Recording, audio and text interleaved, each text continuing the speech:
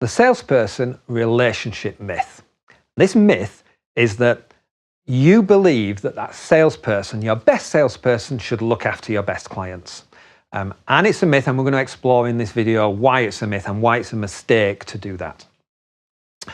You believe this because they want you to believe this.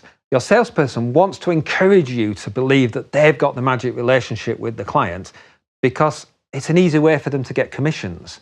In most commission structures, it's easier to earn commissions from your existing clients than it is to go out and find fresh ones. So you're encouraging it by the way you pay commissions. So what happens for a typical salesperson is when you employ them, they start off selling lots. They get quite good and they sell lots and they start to build a client base. You might encourage them with a client base by giving them some existing accounts, but generally over time, they'll do less and less selling and more account management and order taking, because getting a sale out of an existing client generally is a lot easier than winning a new one. So you've employed them as a salesperson, they've proved how great they are, so you end up with them doing less and less selling.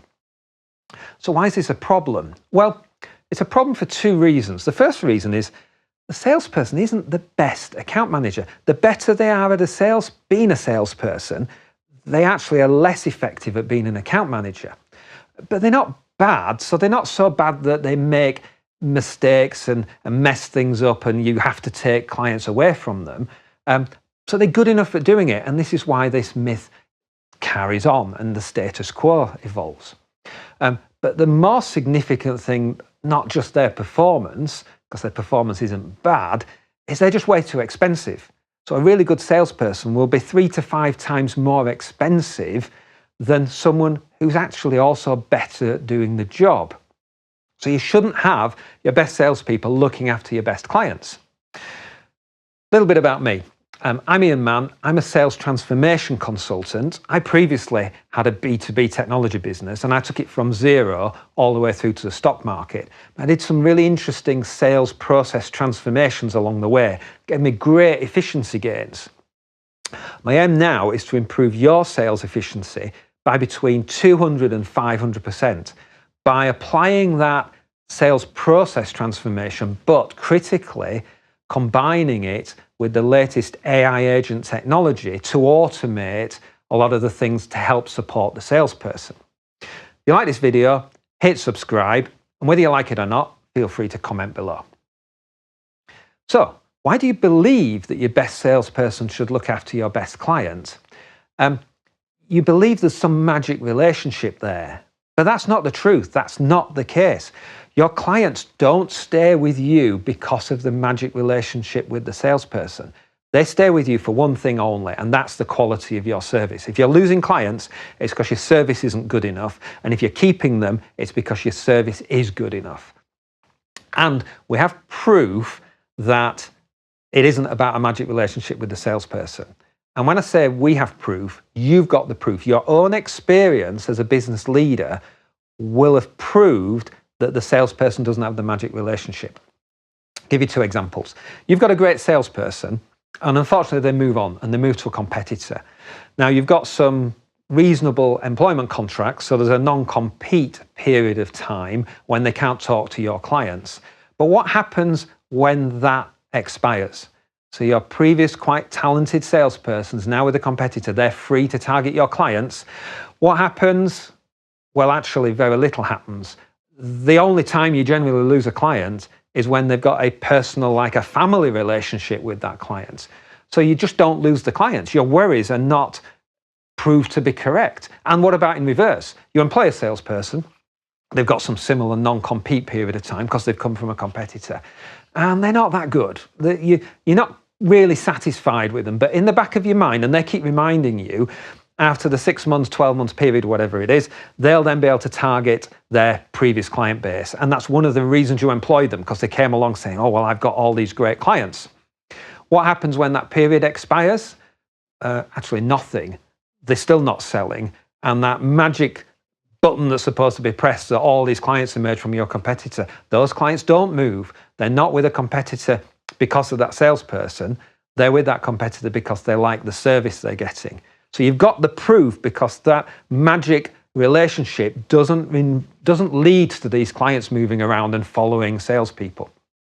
So once you've realized the truth that that magic relationship with the client doesn't exist, it allows you to make some changes that radically let your salespeople actually just sell. Let's have a look at how this works. So here is the sales re-engineering system. It's slightly simplified, and it does vary depending on the client. But in its simple level, what we say is, right, we have our existing clients. We will allow those to be managed by what we generally call client services.